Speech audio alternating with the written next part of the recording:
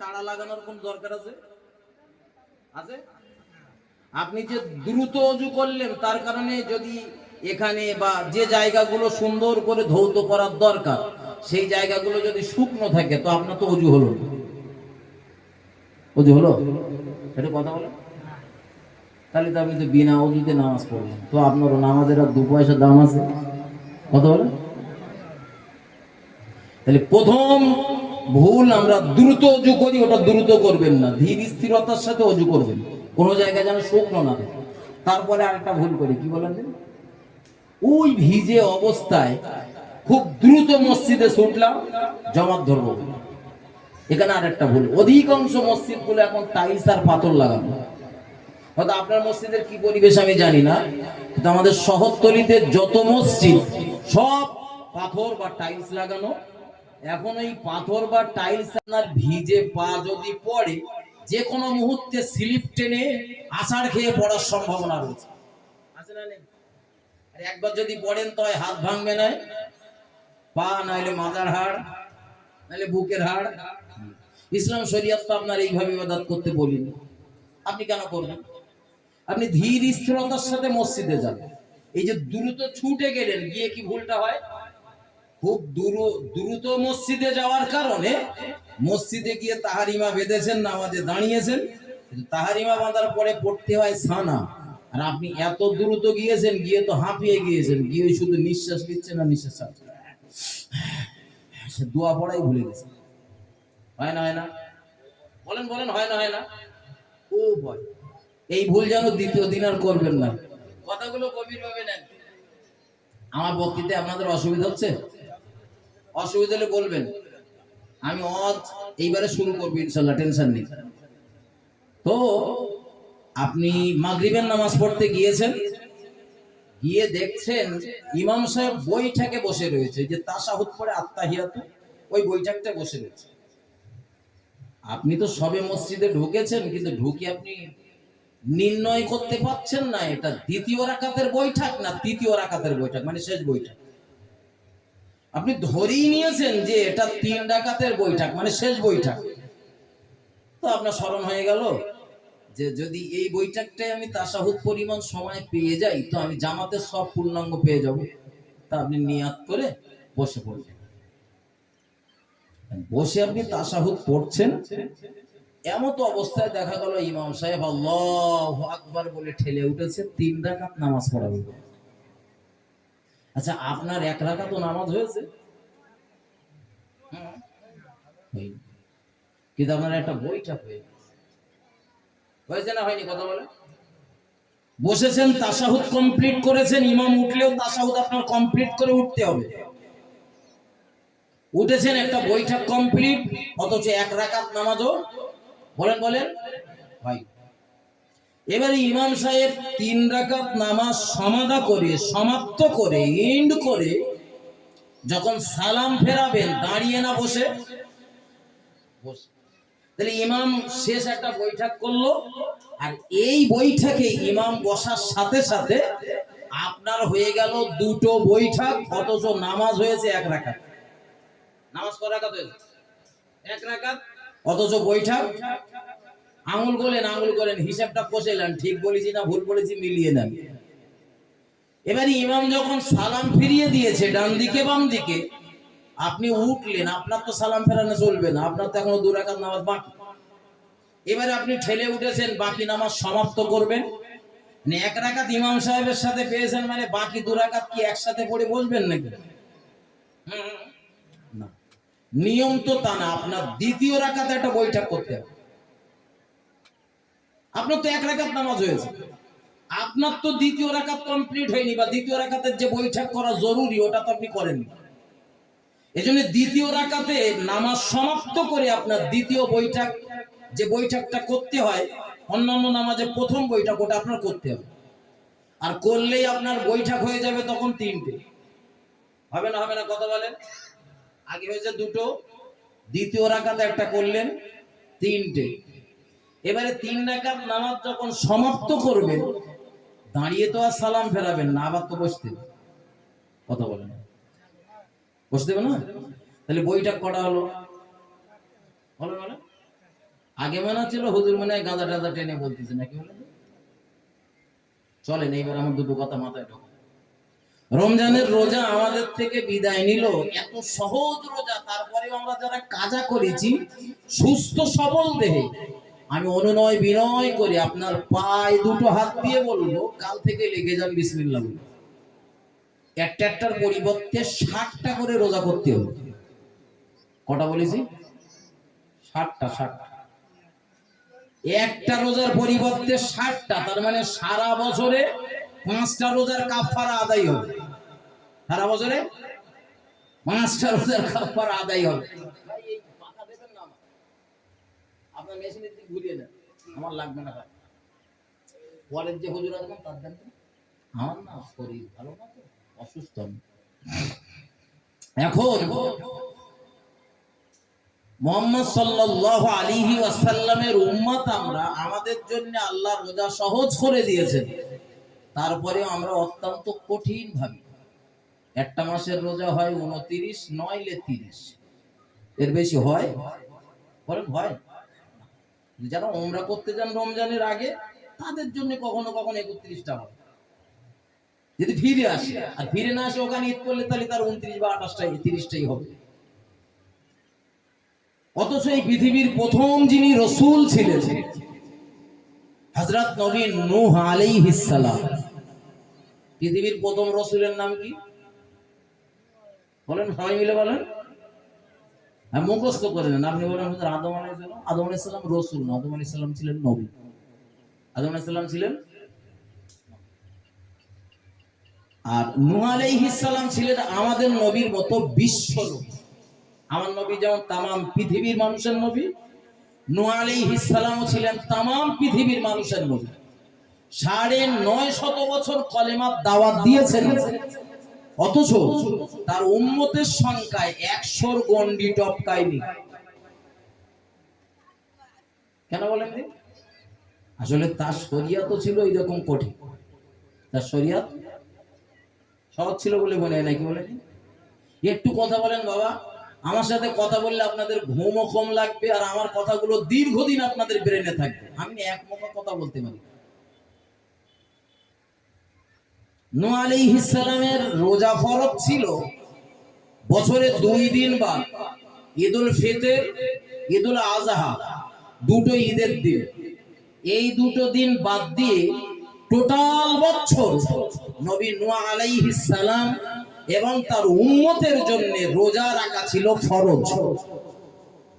বছরে কতদিন বলেছি বলেন? দিন বলেন 2 দিন বাদ। আর আমাদের এক মাসে হয় 29টা হয়, নাহলে 30টা হয়।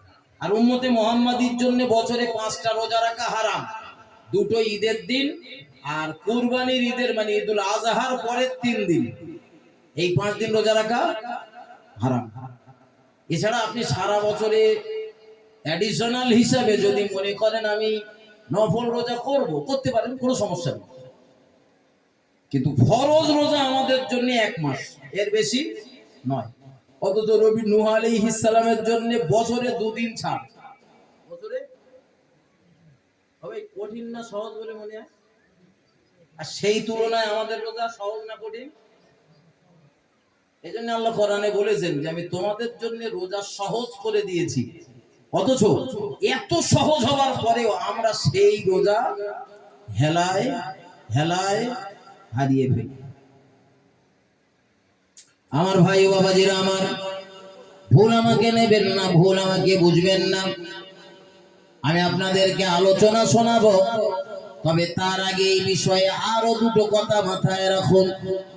মহান আল্লাহ আমাদের রোজা কতটা সহজ করে দিয়েছেন। হযরত নবী দাউদ আলাইহিস সালামের নাম শুনেছেন? তিনি হলেন হযরত নবী সুলাইমান আলাইহিস সালামের পিতা। সুলাইমান নবী ছিলেন জগৎ বিখ্যাত নবী, তার ছিল রাজত্ব, পৃথিবী জোড়া রাজত্ব। অথচ তার আব্বাজান দাউদ আলাইহিস সালাম, তাকে আল্লাহ বানিয়েছিলেন বাদশা। আমরা মাঝে মধ্যে মন্তব্য করি হুজুর গরিব মানুষ, খেটে খুটে খাই, বিরাট কর্মব্যস্ত থাকি, নামাজ পড়ার অবকাশ পাই না। রোজা করব সে সময় আমাদের নেই, এত ব্যস্ততা আমরা দেখাই। অথচ নবী দাউদ আলাইহিস সালাম তিনি একটা বিরাট রাজত্বের মালিক বাদশা। অন্যদিকে আল্লাহ পাক তার স্কন্ধের উপরে চাপিয়ে দিলেন নবুয়তের দায়িত্ব।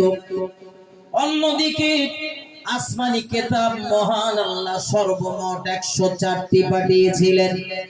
100টি হলো সহিফা, 4টি হলো মূল গ্রন্থ। এই 4টি মূল গ্রন্থের ভিতরে একটি গ্রন্থের নাম হলো জবুর। এই জবুর নামীয় কিতাবটি হযরত নবী দাউদ আলাইহিস সালামের উপরে অবতীর্ণ হয়। এত বড় একজন বাদশা, এত বড় একজন নবী, অথচ মহান আল্লাহ তার উপরেও রোজা ফরজ করে দিয়েছিলেন। তবে নবী দাউদ আলাইহিস সালামের রোজা হলো সারা বছরের একদিন পর পর একটা রোজা। আজকে ছাড় পরের দিন রোজা, আজ রোজা রাখবে না আগামীকাল রোজা রাখবে, আগামীকাল রোজা রাখবে পরের দিন আবার রোজায় থাকবে না। এইভাবে বছরের অর্ধেকটা দিন তিনি রোজা রাখতেন। অথচ মহান আল্লাহ আমাদের এত মহাব্বত করেন, এত ভালোবাসেন, এত প্যার করেন, আখির নবীর উম্মত হিসাবে আমাদের প্রতি দয়া করে টোটাল বছরে আমাদের জন্য 1 মাস রোজা ফরজ করেছেন। একটু মহব্বত করে বলুন সুবহানাল্লাহ। অথচ অন্যান্য নবীদের জীবনের দিকে তাকালে আপনি চমকে যাবেন। এই পৃথিবীর হযরত নবী সুলাইমান আলাইহিস সালাম আল্লাহ পাক তার উপরেও রোজা ফরজ করেছিলেন। নবী সুলাইমান আলাইহিস সালাম তার রোজা ফরজ ছিল প্রতি মাসে 9টা করে।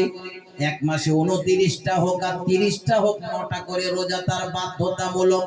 প্রথম 10 দিনের ভিতরে 3 দিন, মাঝখানের 10 দিনে 3 দিন, শেষ ভাগের 10 দিনে 3 দিন, টোটাল বছরে 108টা তার রোজা রাখতে হতো। ও বাবাজি ভাইজানেরা, অথচ নবী সুলাইমানকে আল্লাহ পৃথিবী জোড়া রাজত্বের মালিক বানিয়েছিলেন। অন্যদিকে তিনি হলেন মস্ত বড় একজন নবী, কিন্তু কখনো বাহানা দেখাননি আল্লাহ আমি কর্মব্যস্ততার ভিতরে থাকি, 108টা রোজা আমি করতে পারবো না, এ বাহানা দেখাননি। আর আমরা রমজানের রোজা রাখতে গিয়ে কত বাহানা যে দেখিয়েছি তার ঠিক নেই। কখনো শরীরের, কখনো আর্থিক অবস্থার, কখনো সংসারের জ্বালার কথা, কত কথা বলেছি তার ঠিক নেই। ঠিক না বল, কথা বলেন?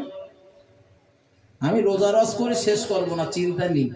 কেন যে এই কথাগুলো বলছি আর কটা মিনিট পরে বুঝতে পারবো। এখন মনে হচ্ছে হুজুর কেন খামাখা, সে রোজা চলে গেছে সেই রোজার কথা বলতেছে। কেন বলছি আর কটা মিনিট পরে বোঝা যাবে ইনশাআল্লাহ। পৃথিবীতে তাহলে কজন নবীর নাম বলেছি? আচ্ছা, আরো 2টো নবীর কথা বলি 2 মিনিট। ঈসা আলাইহিস সালাম আমাদের নবীর 500 বছর আগে যিনি পৃথিবীতে এসেছিলেন, তার উপরেও রোজা ফরজ ছিল। শুধু রোজা আমাদের উপর ফরজ না। একটি বর্ণনাতে রয়েছে যে ঈসা নবীর রোজা ছিল রমজানের 18 তারিখ থেকে 30 তারিখ পর্যন্ত। তার মানে কড়া রোজা 12টা। তাহলে আমাদের থেকে তার রোজা সহজ হয়ে গেল না? কথা বলেন। অথচ আল্লাহ বলেছেন অন্যদের তুলনায় আমাদের রোজা সহজ, কিন্তু হিসাব তো বলতেছে নবী ঈসার রোজা বলেন সহজ। রাসূল করিম সাল্লাল্লাহু আলাইহি ওয়াসাল্লাম জানিয়েছেন যে নবী ঈসা আলাইহিস সালাম রমজানের শেষ দশকের ওই 12টা রোজা না, নবী বলেছেন নবী ঈসা আলাইহিস সালাম সর্বদা রোজা অবস্থাতে থাকতেন আল্লাহ সন্তুষ্টি অর্জন করার জন্য। একটু মহব্বত করে বলুন সুবহানাল্লাহ। এইবার বলেন রোজা কঠিন না সহজ? সব সময় রোজা অবস্থায় থাকতেন, তার মানে কঠিন না সহজ? বলেন বলেন বলেন। কঠিন। নবী ঈসা আলাইহিস সালামের মাজার হবে, আমার নবীজি জায়গায় ঘুমিয়ে রয়েছেন মদিনার মসজিদুন নববীর ঠিক জান্নাতুল বাকি, এই জান্নাতুল বাকি তো মসজিদুন নববীর ডান দিকটাতে। রাসূল করিম বর্তমানে মসজিদুন নববীর যেখানে মেম্বার, বর্তমান যে মসজিদের যে মেম্বার, ওই মেম্বারের গায়ে একটুখানি দূরে, কতটা হবে ধরে নেন, এখানে মেম্বার, মজলিসের শেষ মাথা, এতটা দূরে রসুলের মাজার মুকাদ্দাস। তো রসুল্লাহর মাজারে ঢুকতে গেলে বাবু সালাম গেট দিয়ে ঢুকলে আমার রসুলের মাজারটা পড়বে বাম হাতে। কোন হাতে বলেছি? বাম হাতে। বাম হাতে বেশ কিছুটা ফাঁকা অংশ রয়েছে, যদিও সেটা বিল্ডিং দিয়ে ঘেরা, কিন্তু ওই অংশটা ফাঁকা। ওই অংশটায় কবর হবে হযরত নবী ঈসা আলাইহিস সালামের। এখন কোনো কবর নেই, পুরো ফাঁকা জায়গা, জালি দিয়ে সুন্দর করে বিল্ডিং করে ঘেরা রয়েছে। ওই ভিতরের অংশটাই ঈসা আলাইহিস সালামের কবর হবে। আর সর্বপ্রথম আমরা বাবুস সালাম গেট দিয়ে বর্তমানে ঢুকলে যে কবরটা প্রথম পাবো, যে মাজারটা প্রথম পাবো, ওই মাজারটা হলো আমাদের নবী মুহাম্মাদুর রাসূলুল্লাহ সাল্লাল্লাহু আলাইহি ওয়াসাল্লামের মাজার মুকাদ্দাস। একটু মহব্বত করে বলুন সুবহানাল্লাহ। তারপরের মাজারটা হলো হযরত আবু বকর রাদিয়াল্লাহু তাআলা আন। তারপরের মাজারটা হলো হযরত ওমর ফারুক রাদিয়াল্লাহু তাআলা আন। এটা আমার দেশের কিছু বাচ্চা কচিকাচারা দেখবেন একটা গজল বলে, দুই দিকে দুই সাহাবা আর 20 খানে মোর নবী জিন্দা শুয়ে রয়। বলে না, বলে না? গজলটা ভাইরাল গজল, খুব ভাইরাল গজল বলো।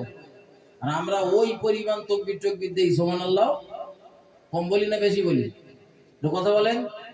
এই গজল যদি বলেন আর যদি বিশ্বাস করেন তা আপনার ঈমান থাকবে না, থাকবে না আপনার ঈমান, কোনো মতে থাকার সম্ভাবনা নেই। কারণ আপনি কাকে নবী বানাচ্ছেন আর কাকে সাহাবা বানাচ্ছেন? বাবুস সালাম গেট দিয়ে ঢুকলে প্রথম কবর মুহাম্মদ সাল্লাল্লাহু বাম হাতে পড়বে। তারপরের অংশের কবরটা হযরত আবু বকরের মাঝখানে। তারপরের কবরটা রয়েছে হযরত ওমর ফারুকের। কারণ এই যে গজলে বানানো হচ্ছে দুই দিকে দুই সাথী বা সাহাবা আর 20 খানে মোর নবী জিন্দা শুয়ে রয়, তার মানে একদিকে ওমর ফারুককে সাহাবা বানানো হচ্ছে, অন্যদিকে আমার নবীকে সাহাবা বানানো হচ্ছে, আর মাঝখানে যিনি রয়েছেন হযরত আবু বকর তাকে বানানো হচ্ছে নবী। নাউযুবিল্লাহি মিন যালিক। ঈমান থাকবে আর বলে মনে হয়? কথা বলেন। এই সহজ বিষয়টাও বোঝেন না। আমার নবীরে ছেড়ে অন্যরে আপনি নবী বানাবেন, আপনার ঈমান থাকবে নাকি? আমার নবী তো শেষ নবী।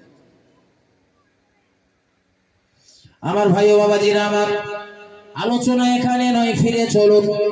তবে আমি আপনাদের হাতে না ধরে পায়ে ধরে বলবো, রমজানের রোজা যারা কাজা করেছেন, রমজানের রোজা যারা ইচ্ছাকৃত ছেড়ে দিয়েছেন, হাতে না ধরে পায়ে ধরে বলবো, রমজানের রোজার কাজাগুলো আদায় করে দেন, নাহলে মহান আল্লাহর দরবারে আপনার ধরা পড়তে হবে।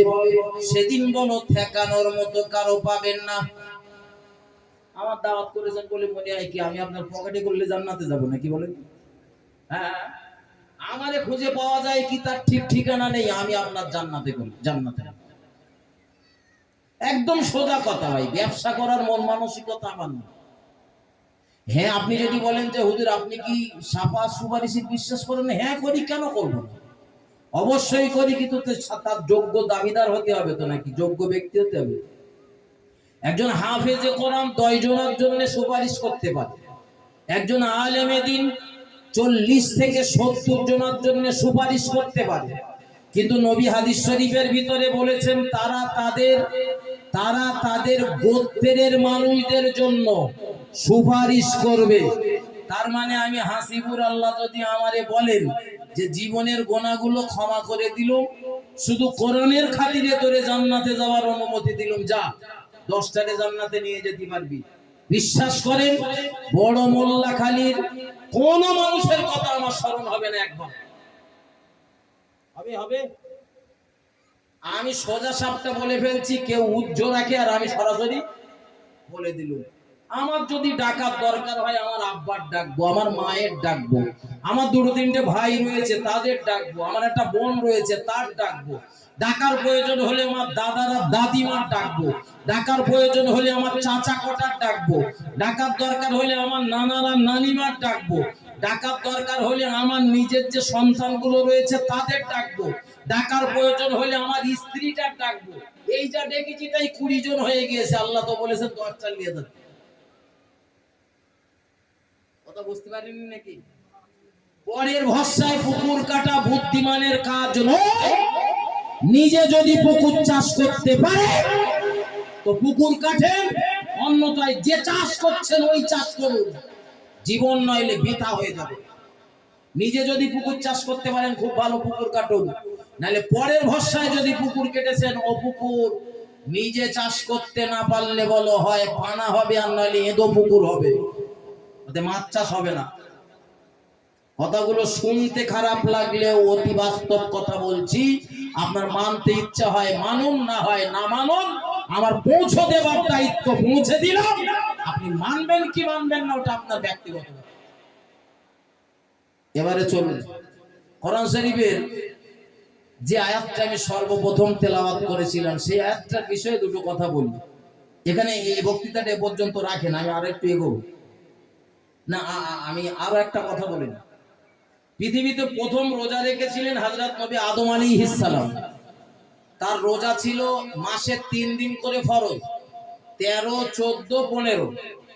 13, 14, 15 মুহাম্মদ সাল্লাল্লাহু আলাইহি ওয়াসাল্লামের উপরে রোজা ফরজ হবার আগে আমার নবী এই 3 দিন রোজা রাখতেন। আর মুহররম মাসের 10 তারিখ, যেটারে বলা হয় আশুরা, আমরা বলি মুহররম, আসলে মুহররম একটা মাসের নাম। আর মুহররম মাসের 10 তারিখটারে বলা হয় আশুরা। কেউ কেউ বলেছেন যে মুসলমানদের উপরে রোজা ফরজ হবার আগে আশুরার দিন রোজা ফরজ ছিল, আল্লাহু আলাম।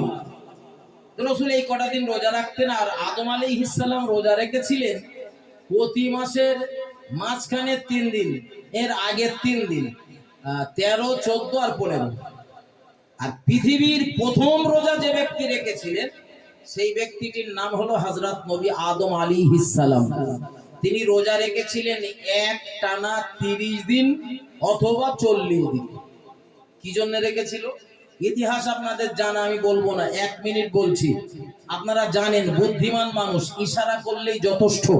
মহান আল্লাহর নবী আদমকে আল্লাহ যখন পৃথিবী পৃষ্ঠে নামিয়ে দেন ওই গন্ধমের ফল ভক্ষণ করার কারণে, কোনো কারণবশত, তো পৃথিবী পৃষ্ঠে এসে তিনি আল্লাহর সন্তুষ্টি অর্জন করার জন্য খুব কেঁদেছিলেন। 1 দিন না, বর্ণনাকারীদের বর্ণনা অনুযায়ী 3 থেকে 350 বছর কেঁদেছিলেন।